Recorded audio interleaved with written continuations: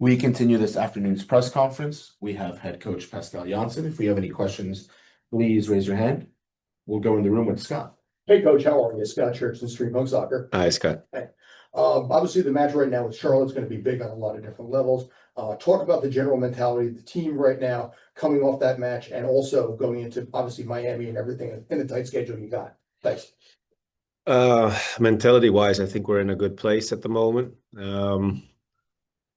Minor bump in the road when we played DC at home, but we're playing at a pretty decent level at the moment. And given the fact that we played the recent game against Columbus, you could see the mental state that the team is in at the moment. Never giving up, went down twice, came back, and obviously scored the winner in the dying seconds. So I think overall we're in a good place at the moment, and the stretch is tough, but we're looking forward to it. So that's what it's about. For a win like that, how long do you let them revel in it before it's business? Like any game, 24 hours max, and then move on. Anyone else? Anyone on Zoom? There we go. Michael, go ahead. Coach, it's Mike Andrew from Blue City Radio. Thanks for the time. Hi, Michael. Thanks. Along the same lines as Scott's question, you're one of the toughest things to manage is the mindset, and I'm sure the guys had a lot of elation. You're trying to balance, getting them down to reality, but not taking away that momentum. Mm-hmm. Yeah, that's finding that natural balance. As well said. Obviously, coming back from a win against Columbus, and especially the way we did it throughout the game, is quite impressive. But like I mentioned to Scott just now, it's only 24 hours, and now we have an early game against Charlotte, and there's a lot at stake. And we're hungry for more, so we have to prepare ourselves again and get ready for this match. Chris? Hi, Pascal. Chris Campbell from the outfield. Hi, Chris. Against Columbus, you guys found yourself down a goal, and then you took off, probably two of the more important attacking players for the team in Maxi and Alonso. Just curious as to, the thoughts on the substitutions for the evening. I know there's a lot of different reasons, fresh legs, tactical, et cetera, but just curious as to what the thought process was for the substitutions that night. A few things. Tactically also, we moved Nico Macau into the middle. Is something that we've been also addressing in the previous weeks, knowing that Alonso has been asked a lot, playing for the national team and obviously playing for us, the amount of games that he's played so far. We have to make sure we get everybody ready in this stretch of games and make sure that everybody is also ready to play. So in this game, I saw that Alonso was struggling a little bit. Maxi is also on 4 yellow cards, so there's also a different thought process in that. But mainly the decision was made because I wanted to have fresh energy up front in the team, and it paid out.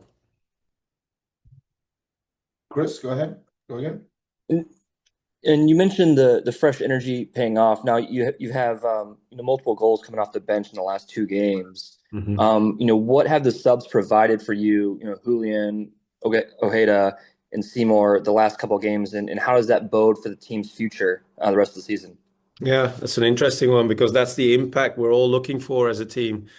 When you make subs as a coach or a coaching staff, you always look for subs to come on and have impact on the game, and that's what these guys have done in the recent games. But it also defines us as a team, because in this stretch of games, we need everybody to be available, as I mentioned just now, but also when called upon, you have to do your job and make sure that you have an impact. And it's good to see that guys like you mentioned, Seymour, Trapito, Ojeda, and Juli come in and have the impact that we're looking for on these games. So it keeps us very close together and very, very dedicated to what we're trying to achieve this season. Javier? Hey, Coach, Javier from City Boys. Hi. Hey, you rolled out this lineup, last week's lineup, a couple times already. Do you feel like that's your strongest lineup so far?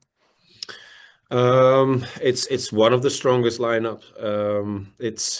Doesn't necessarily mean it's the strongest one, but I am a coach. I believe in consistency and having the starting 11 play together as consistent as possible. That helps a team to get to a certain level, and then everybody obviously knows their part and their role coming off the bench as well. And when somebody's not available, it makes it very clear also who's going to be the substitution. So it creates a lot of clarity and consistency, and that's what we need, especially in this phase of the season. Kristen? Hi, Coach. This is the earliest kickoff, I think, of the season for you guys at 12. Does that actually alter anything, be it preparation or anything like that?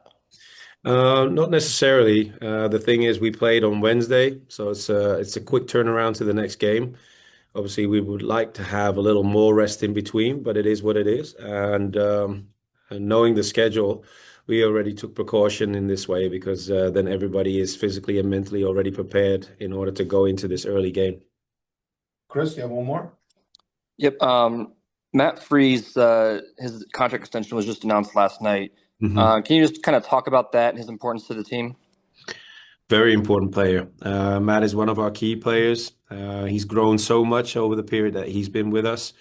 I have the pleasure of only working with him since 9 months, and I've enjoyed it very much. He's a true professional, very dedicated, very open-minded, and willing to learn. His goalkeeper coach, Rob, is a massive influence on him and his progression.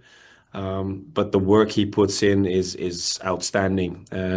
Obviously, a good goalkeeper, a good shot stopper, improving in several areas as well. And it's also being recognized because he came from a spot from New York into the national team and got himself into the starting 11 and now is the #1 goalie in the US. So he's making a lot of progress. But one thing is for sure, he'll keep working as hard as he does always in order to become even better.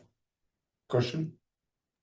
Coach, Charlotte are on a really strong run of form at the minute. When you've analysed them and done your preparation, what do you think has stood out to you most about what's made them so successful so far?